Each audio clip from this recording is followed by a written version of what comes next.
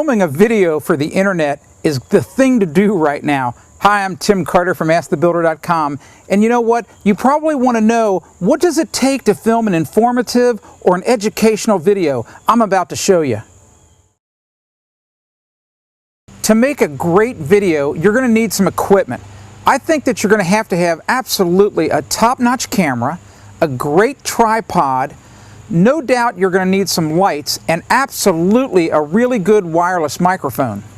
Camera technology changes as fast as the fashion industry, so make sure you buy a camera that is as expensive as you can possibly afford. For example, the camera we're using today has got 3 separate color chips, and it gives near perfect results. So get a great camera.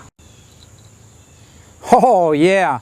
The tripod, it is the foundation of the filming system, and you need a really good one. It's just like the foundation of a house. You want to make sure that that camera is rock solid when you're filming. You don't want to be jiggling all over the place, but you have to have a good tripod. Don't get a piece of crap one like this one. This is the one I bought 40 years ago for my 35mm camera. You need to have a professional quality tripod that has a head on it that actually has a control that allows you to actually level the head of the tripod. It also needs to have a quick release lever so that you can get the camera off the tripod quickly. Oh, what a beautiful sunny day. But you know what? You can't always count on the sun being out, and it might be too harsh. So you're probably going to have to buy artificial lighting like this to produce the color temperature and color range that the sun produces at high noon. These type of lights are not as expensive as you might think, and you're absolutely going to need them when you film indoors.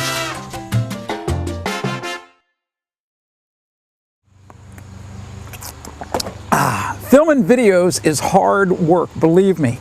Okay, we've got all of our equipment, and you're probably wondering, what does it take to film videos that people are actually going to enjoy and be engaged with?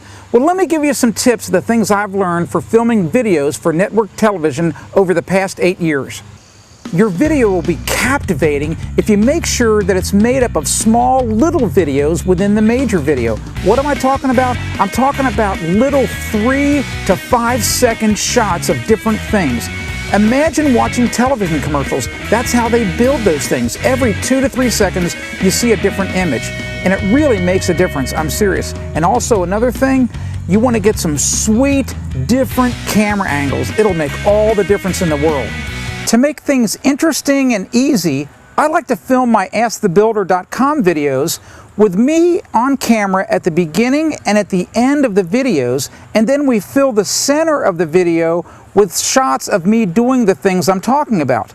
The open and close, professionally they call that A-roll, but the inside shots that you don't see me on camera, that's called B-roll. You know, you've got to make sure that your videos... Shut the damn door off! So you can't have outside noise like that. It's crazy, man. It ruins everything. So you got to be prepared when you're filming outdoors to get interrupted by stupid things like airplanes, helicopters, and stupid lawnmowers.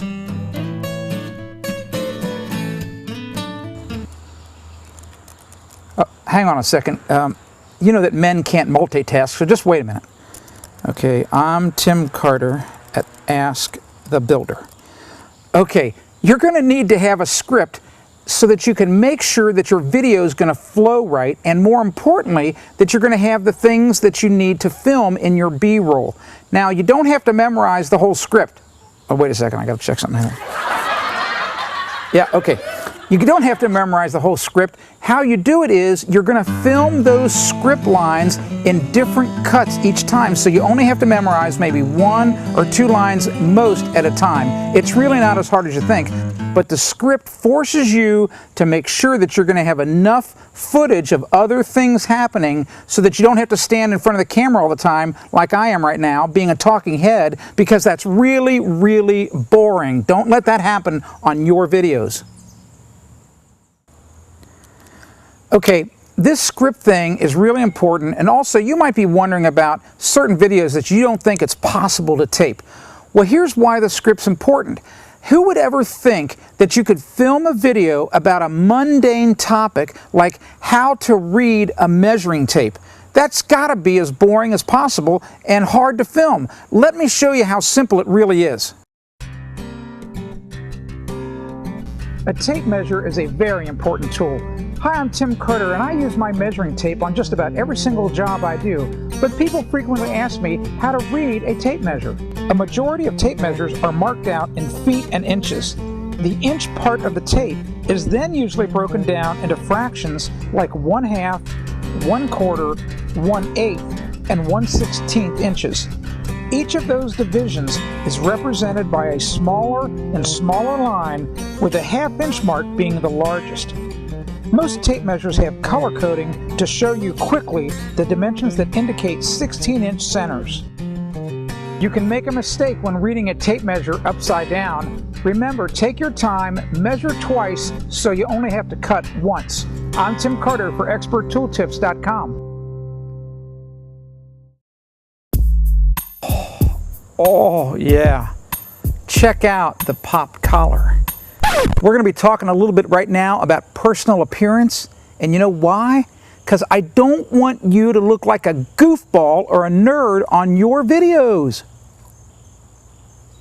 Never wear a white shirt or a flashy shirt.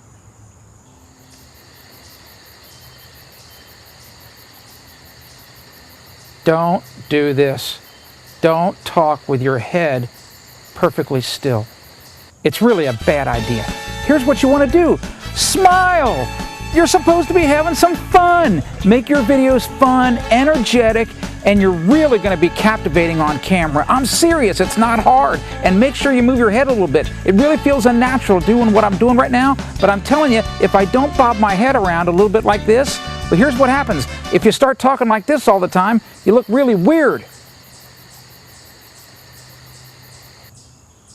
Okay, I've got a really bad habit, and if you look at a lot of my videos, here's what I do all the time. I've got this bad habit with my hands, and it can really be distracting if you're moving your hands around a lot. And here's what can also happen. If you really get crazy, you'll start and hit it against the mic like that, and all kinds of bad juju magumbo goes wrong. Okay, so here's the way to prevent that. Use some props. Like, use something that's natural, like it's natural maybe to be holding a water bottle. Look how much better that is, and I feel comfortable that I'm holding this water bottle. Or in my case, if I'm doing AskTheBuilder.com videos, what's better than to hold a tool? For example, it looks perfectly normal to go ahead and have a framing square. My hands are right here in position. You can see them, but they're not flailing all over the place causing problems. And never bring them up in front of your face like that. It's not a good idea. Don't be moving your hands. Frequently, you might be demonstrating something, or you want to point to something or grab something in a shot. You have to be careful how you do that. It's really important. And let me give you an example. Let's start talking about the actual label on this bottle and what makes a really good product label. I'll show you how I would do that. For example, I would start to say, you know, you need to have a picture on the label of the bottle. So see, I would start to point to that, and watch how we do that in B-roll.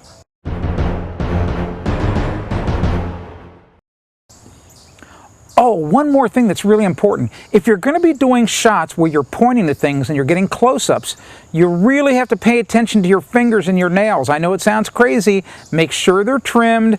Make sure your fingernails are clean, because it's going to look gross if they're not. Now let me tell you, if you need to trim your nails or file them, get a handy-dandy wood rasp just like this. It works wonders on fingernails. Oh, whoa, that hurts. Yow, yow. If you want your videos to be really interesting, you need to have lots of energy. I know it sounds crazy, but it's important. You don't want to act like you're at a funeral. It'll be a nightmare, and no one will watch your videos again. Okay, I've tried to teach you everything you need to know to make a pretty good video. It's not necessarily going to be 100% professional like Hollywood, but remember, if you do get some of the right equipment, it'll make all the difference in the world. And above all, have some fun, will you? That's what people want to see. They want to see you smile, and they want to see you passionate about what you're talking about. It makes all the difference in the world. I'm Tim Carter for AskTheBuilder.com. It's a wrap.